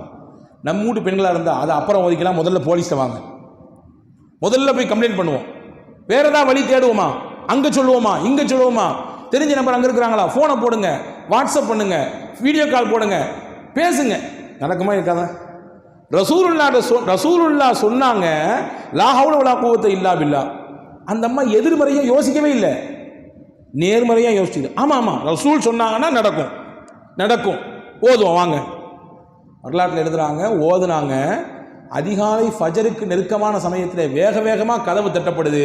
அவுஃப் இப்னு மாலிக் அஸ்ஜஇ ரலியல்லாஹு கதவை போய் திறக்கிறாங்க. மகன் நிற்காரு முன்னாடி. பறிகொடுத்த தொலைந்து போன மகன் முன்னால் இருக்கிறார், அவர் மட்டும் நிற்கல, பின்னாடி ஒரு பெரிய ஆட்டு மந்தையே நிற்குது. இது கதை இல்லைங்க, வரலாற்று செய்தி, ஹதீஸ்லே பதிவான செய்தி. தகப்பனார் கேட்குறா, என்னப்பா ஆடு, எங்கப்பா நீ போன, நீ என்னப்பா எல்லாரும் வந்துட்டாங்க, நீ மாட்டிக்கிட்ட? ஆமாம், எதிரிகள் என்னை லாக் பண்ணிட்டாங்க, என்னை கைது பண்ணிட்டாங்க, எப்படியாவது தப்பிக்கணும்னு சந்தர்ப்பத்தை எதிர்பார்த்துட்டே இருந்தேன். ராத்திரி நல்ல மது குடிச்சிட்டு மயங்கி கிடந்தாங்க. நான் என்னுடைய கட்டுகளை எல்லாம் அவுத்துட்டு அப்படி வந்துட்டேன். எங்கே இருந்த? ரொம்ப தூரத்துலலாம் போயிருந்தீங்க போருக்கு, எப்படி ஒன் டே ஒரு நைட்டில் இப்படி இவ்வளோ தூரத்தில் வந்தீங்க? மகன் சொன்னார், உண்மைதான், நான் கிளம்பும் பொழுது காலானதும் நடந்தேன், ஆனால் நான் உணர்ந்தேன் என்னை யாரோ அப்படி தூக்கிட்டு பறக்கிற மாதிரி இருந்துச்சு. நான் மட்டும் வரல, எனக்கு பின்னாடி இந்த ஆட்டு மந்தைகளும் அப்படி சேர்ந்து வந்துக்கிட்டே இருக்குதுங்க. இது ஏன் வருது, எதுக்கு வருது ஒன்றுமே புரியலை. சரி வருது, வந்துட்டேன். சரி நம்மள நடந்துச்சு, வந்தவர் லாபம், வாப்பா நீனு வா, அதை மந்தையில் கட்டி போடு, பார்த்துக்கலாம் அடுத்து பார்த்துக்கலான்னு இருப்போம். அவர் சஹாபி வேற ரசூல்லாட்ட போயிட்டார், அந்த ஆட்டு மந்தைகள்லாம் கூப்பிட்டு போயிட்டார். போய் சொன்னார், யார் ரசூல்லா அந்த மாதிரி கதையை கேட்டிங்களா, பையன் கிடச்சிட்டாரு, ரொம்ப சந்தோஷம், நீங்கள் சொன்னதை ஓதனும் கிடச்சிட்டாரு. ஆனால் ஒரே ஒரு சந்தேகம், பின்னாடி ஆடுகள்லாம் வந்திருக்குது, இது என்னமோ ஒரு சொல்கிறாரு கதை அதுவாக வந்துச்சுன்னு சொல்லி என்ன பண்ணுறது ஏது பண்ணுறது, இது ஹலாலா ஹராமா, நாங்கள் கை வைக்கலாமா கூடாதா, தெளிவு கேட்டாங்க. இன்னைக்கு நம்ம தெளிவு கேட்கறதே இல்லை. நான் தான் இடையே சொன்னேன், நமக்கு ஏதாவது ஒரு சந்தேகம்னா இமாம்கள்கிட்ட போய் கேட்கறத விட கூகுள் இமாம்கிட்ட தான் ஃபர்ஸ்ட் கேட்குறோம். இமாம் கூகுள் ஏதாவது சொன்னாங்கன்னா உடனே ஏற்றுக்குவோம். இமாம் கூகுள் நோன்னு சொன்னால் நம்ம நோன்னு சொல்லிடுவோம். அன்பு சகோதரர்களே, ஃபஸ்அலு அஹ்ல திக்ர், திக்ர் என்றால் ஞானமுடையவர்கள் பண்டிதர்களிடத்திலே கேளுங்கள், உங்களுக்கு தெரியவில்லை என்றால். இதுதான் கட்டளை, குர்ஆனின் கட்டளை இதுதான். ரசூல்லாட்ட கேட்டாங்க, இது சரிதானா ஹலாலா ஹராமான். ரசூல்லா சொன்னாங்க, நீங்கள் நம்பிக்கையோடு லா ஹவ்ல வலா குவத்த ஓதுனீங்கல்ல, அல்லாஹ் உங்களுக்கு அதையும் கொடுத்துருக்கான், உங்கள் பிள்ளையும் கொடுத்துட்டான், உங்களுக்கான ரிஸ்கையும் கொண்டு கொடுத்துட்டான். அல்லாஹ் கொடுத்தது, ஒமையத்தகில்லாஹ யஜ்அல் லஹு மக்ரஜா வ யர்ஸுகுஹு மின் ஹைஸு லா யஹ்தஸிப். அல்லாஹ்வை யார் பயந்து உலகத்தில் வாழுகிறார்களோ அவர்களுக்கு அல்லாஹ் ரிஸ்கை கொடுப்பான். எப்படி கொடுப்பான்? அறியாத புறத்திலிருந்து கொடுப்பான், நினைக்கவே மாட்டார், அங்கேருந்து வரும் அவருக்கு. அல்லாஹ் கொடுத்துருக்கான், உங்களுக்கு வச்சுக்கங்க சாப்பிடுங்க, நாங்கள் சொல்லலாம். அன்பு சகோதரர்களே, இங்கே நமக்கு செய்தி என்னன்னா, அவுஃப் பின் மாலிக் அஸ்ஜஇயும் அவருடைய துணைவியாரும் இதை எதிர்மறையாக யோசிக்கல. அந்த அது எப்படி ஒத்த வார்த்தை எப்படி கொண்டு அறிவை கொண்டு யோசிக்கவில்லை, எதிர்மறையாக யோசிக்கவில்லை, நேர்மறையாக பார்த்தார்கள். அல்லாஹ் அவர்களுக்கு மகிழ்ச்சியை கொடுத்தான். எனவே அன்பு சகோதரர்களின் நேர்மறையான சிந்தனை. அதே மாதிரி மகிழ்ச்சிகரமான வாழ்க்கைக்கு முக்கியமான ஒரு விஷயம் என்ன தெரியுமா? நம்ம பிறருக்கு மகிழ்ச்சியை கொடுப்பவராக இருக்க வேண்டும். கொடுத்தோன்னா அல்லாஹ் நமக்கு மகிழ்ச்சியை தருவான். நம்ம பிறருக்கு சந்தோஷத்தை தரணும். ரசூலுல்லாஹி சஹாபாக்கள் கேட்டாங்க, ஐயுல் அமாலி அஹப்பு இலல்லாஹ், அல்லாஹ்வுக்கு எந்த விஷயம் ரொம்ப பிடிக்கும்னு கேட்டாங்க. அல்லாஹ்வுக்கு எந்த விஷயம் ரொம்ப பிடிக்கும்னு கேட்டாங்க. ரசூலுல்லாஹ் சொன்னாங்க, சுரூருன் துதுகிலுஹு அலா கல்வி முஸ்லிமின், ஒரு முஸ்லிமினுடைய உள்ளத்தில் சந்தோஷத்துக்கு நீங்கள் காரணமாக இருக்கணும். அது அல்லாஹ்வுக்கு ரொம்ப பிடிக்கும். அந்த விஷயம் அல்லாஹ்வுக்கு ரொம்ப பிடிக்கும். தொழுகையை சொல்லியிருக்கலாம், நோன்பு சொல்லியிருக்கலாம், இன்னொரு விஷயங்கள் இருக்குது, எத்தனையோ இருக்குது. அதெல்லாம் அதனுடைய இடத்துல சிறப்பானது. ரசூலுல்லாஹ் இவருடைய கேள்வியை உள்வாங்கிட்டு சொன்னாங்க, ஒரு மனிதனின் மகிழ்ச்சிக்கு நீ காரணமாக இரு, அது அல்லாஹ்வுக்கு ரொம்ப பிடிக்கும்னாங்க. ஒன்று தெரியுமா? ஹதீஸிலே வந்திருக்கிறது, ஒருவரை நீங்கள் சந்தோஷப்படுத்தினால் அதற்கு பகரமாக அல்லாஹ் ஒரு மலக்கை நியமிக்கிறான். அந்த மலக்கு உங்களோட இருப்பார். எதுவரை இருப்பார் தெரியுமா? மரணப்பட்டவுடன் போய்விட மாட்டார், உங்கள் மண்ணறைக்கும் வந்து துணையாக இருப்பார். அந்த மனிதன் கேட்பான், இறந்து போன மனிதன், நீங்கள் யார், ஏன் கூட இங்கே மன்னரில் இருக்கிறீங்க? நானா? நீ நிறைய பேரை சந்தோஷப்படுத்தினல்ல, அந்த சந்தோஷத்தின் மொத்த உருவம் தான் நான். அல்லாஹ் உன்னை பாதுகாப்பாக, உனக்கு ஆறுதலாக, உனக்கு பக்கபலமாக என்னை வைத்திருக்கிறான். நன்றாக உறங்கு, உனக்கு எந்த தொந்தரவும் கிடையாது, உனக்கு எந்த பாதிப்பும் கிடையாது, உனக்கு எந்த பயமும் கிடையாது, நீ நிம்மதியாக ரெஸ்ட் எடு என்று அந்த மலக்கு உட்கார்ந்து ஆறுதல் சொல்லுவார். அந்த மலக்கு யாரு? நாம் கொடுத்த சந்தோஷம். நாம் யோசிக்க வேண்டும், பிறருக்கு நாம் சந்தோஷத்தை கொடுக்கிறோமா, சங்கடத்தை தருகிறோமா, மகிழ்ச்சியை தருகிறோமா, நிம்மதியை குலைக்கிறோமா, நல்லதை பேசுகிறோமா, இல்லாததை தேவையில்லாததை எடுத்து வம்புக்கு இழுக்கிறோமா? பெருமானா ஸல்லல்லாஹு அலைஹி வஸல்லம் சொன்னார்கள், ஒரு மனிதனுக்கு போதுமானது பிஹஸ்பி இம்ராஇல் மர்இ, ஒரு மனிதன் மூமின் என்பதற்கு போதுமானது எது தெரியுமா? தர்க்குஹு மாலா யானிஹி, எது அவனுக்கு தேவையில்லையோ அதை கையே வைக்கக்கூடாது. எதுக்கு அவருக்கு சம்பந்தமே இல்லையோ, சம்பந்தமே இல்லாத விஷயத்தில் பேசக்கூடாது, அங்கே தொடக்கூடாது. அந்த விஷயத்தை எடுத்து நாலு பேருக்கு மத்தியில் வைத்து விவாதிக்க கூடாது. அப்படி ஒருவர் இருந்தாலே போதும், அவர் உண்மை மூமின் என்பதற்கு அடையாளம் என்றார்கள் பெருமானா ஸல்லல்லாஹு அலைஹி வஸல்லம். எனவே அன்பர்களே, சந்தோஷத்திற்கு நாம் காரணமாக இருக்க வேண்டும், சங்கடத்திற்கு காரணமாக இருக்கக்கூடாது. அப்படி நாம் பிறருடைய உள்ளத்திலே மகிழ்ச்சிக்கு காரணமாக நாம் இருந்தால் அல்லாஹ் நம்மை மகிழ்ச்சியாக வாழச் செய்வான். ஒரே ஒரு செய்தியை சொல்லி முடிக்கிறேன். ரசூலுல்லாஹ் எல்லாத்தையும் சந்தோஷப்படுத்துனாங்க. சிறுவர்களை சந்தோஷப்படுத்தினாங்க, பெரியவர்களை சந்தோஷப்படுத்தினாங்க, பெண்களை சந்தோஷப்படுத்தினாங்க, வாலிபர்களை சந்தோஷப்படுத்தினாங்க, குடும்பத்தார்களை சந்தோஷப்படுத்தினாங்க, தோழர்களை சந்தோஷப்படுத்தினாங்க, ஏன் எதிரிகளையும் சந்தோஷப்படுத்தினார்கள். எம்பெருமானார் ஸல்லல்லாஹு அலைஹி வஸல்லம். உம்மு ஹாலித் அப்படி ஒரு பெண்மணி, ஒரு சின்ன குழந்தை, அபிசீனியாவிலேருந்து ஹிஜ்ரத் போயிட்டு வந்தவங்க. அவங்க ஹிஜ்ரத் போயிட்டு முடிச்சு நேராக மதீனாவுக்கு வந்துட்டாங்க. அவருடைய வாப்பா அம்மா எல்லாரும் அபிசீனியாவிலேருந்து நேரடியாக இங்கே மதீனாவுக்கு வந்தாங்க. மக்காலேருந்து அபிசீனியாவுக்கு போயிட்டு அபிசீனியாவிலேருந்து மதீனாவுக்கு வந்தாங்க. இப்போ இந்த புள்ள இருக்க அபிசீனியாவில் பிறந்த புள்ள, அபிசீனியாவில் பேசப்படக்கூடிய ஹபஷா மொழி, அந்த மொழி, அந்த லாங்குவேஜ் அந்த பிள்ளைக்கு தெரியும். ரசூலுல்லாஹ் வந்திருக்காங்க, உட்காந்துருக்காங்க. அவங்களுக்கு அன்பளிப்பாக ஒரு ட்ரெஸ் கொடுக்கப்பட்டிருக்கு. அந்த ட்ரெஸ்ஸில் சிகப்பு கலர் ட்ரெஸ்ஸில், அதாவது வெள்ளை கலர் ட்ரெஸ்ஸில் சிகப்பு கலர் கோடு போடப்பட்டிருக்கு. ரசூலுல்லாஹ் அந்த ட்ரெஸ்ஸை எடுத்து உம்மு காலித் எங்கேன்னு கேட்டாங்க. அந்த சின்ன குழந்தை அது அந்த விளையாண்டுட்டு இருக்குது, அதை கூட்டு வாங்கன்னாங்க ரசூலுல்லாஹ். அந்த குழந்தையை கூட்டு வந்து தான் மடியில் உட்கார வச்சு தானாக அந்த பிள்ளைக்கு அந்த ட்ரெஸ்ஸை போட்டு விட்டு, பார்த்தியா சிகப்பு கோடு கோடு கோடு என்ன அந்த பிள்ளை இடத்துல அப்படியே அன்பாக பேசிகிட்டு இருந்தாங்க. ஹதீஸில் வருது, அந்த பொதுவாகவே புது ட்ரெஸ்ஸு பிள்ளைகளுக்கு பிடிக்கும். புது ட்ரெஸ்ஸு ரொம்ப பிடிக்கும் பிள்ளைகளுக்கு, இல்லையா? நம்ம ஒரு காலம் இருந்துச்சு பெருநாட்களுக்கு மட்டும்தான் ட்ரெஸ்ஸு. இன்றைக்கி நம்ம வீடுகளில் நம்ம சொந்தத்தில் இல்லை, நம்ம அக்கம் பக்கத்தில் யாருக்கா கல்யாணம்னாலும் நம்ம வீட்டில் பிள்ளை வந்து ஒரு ட்ரெஸ் எடுத்தாங்கன்றான். ஏன்டா பக்கத்து வீட்டில் மாமா கல்யாணம் அப்படிங்கிறான். என்னடா இது பக்கத்து வீட்டு மாமாக்கு நம்ம ஆமாம் போடணும், புது ட்ரெஸ் வேணும், ஏதாவது காரணம், இல்லையா? பிள்ளைகளுக்கு ரொம்ப பிடிக்கும். இப்போ அந்த புது ட்ரெஸ் போடணும், அந்த பிள்ளைகளுக்கு, அந்த பிள்ளைக்கு மகிழ்ச்சியை பார்க்கணும், ஆனந்தத்தை பார்க்கணும். ரசூலுல்லாஹ் வேற கையில் மடியில் ஏஞ்சி வச்சுட்டு அப்படியே ஒன்று ஒன்றா சொல்லி கொடுக்குறாங்க. சொல்லிட்டு சொன்னாங்க அந்த பிள்ளைகிட்ட, அந்த பிள்ளையினுடைய பாஷையில் சொன்னாங்க சனா சனா அப்படின்னாங்க. இது வந்து ஒரு ஹபஷாவில் பேசப்படக்கூடிய பேச்சு, அந்த மொழி. இங்கே இங்கே தமிழும் பேசுகிறோம், மலாயும் பேசுகிறோம், இல்லையா? இதை மாதிரி இங்கே ஹஜ்ரத் ரசூலுல்லாஹ் அரபு மொழி பேசக்கூடியவர்கள் ஹபஷா நாட்டுடைய மொழி எடுத்து அந்த பிள்ளை இருப்பாங்க. சனா சனா சனானா ஹசனா, ஹசனானா ரொம்ப அழகாக இருக்குதுமா, ரொம்ப சூப்பராக இருக்கு உனக்கு, அப்படியே தேவதை மாதிரி இருக்க நீ, அப்படின்ற மாதிரியான அர்த்தத்தை கொண்டது. இதை கேட்ட உடனே அந்த பிள்ளைக்கு தலையும் புரியலை காலும் புரியலை, சந்தோஷத்தை பார்க்கணும், அப்படியே மகிழ்ச்சியாக எஞ்சி போய் தன்னுடைய வாப்பா அபுல் ஆசடத்தில் போய் அந்த ட்ரெஸ் அப்படி காமிக்குது, என் ட்ரெஸ்ஸு ரசூலுல்லாஹ் கொடுத்துருக்காங்க எனக்கு, நபி போட்டு விட்டாங்கன்னு சொல்லி. ரசூலுல்லாஹ் இதை பார்த்துக்கிட்டே அப்படியே சந்தோஷமாக உட்காந்துருந்தாங்க. அன்பர்களே, சிறு குழந்தையானாலும் சரி, பெரியவர்களானாலும் சரி, இளைஞர்கள், பெண்கள், எல்லாத்துக்கும் ஒருவர் சந்தோஷத்தை கொடுக்கக்கூடியவராக இருந்தால் அல்லாஹ் தானாக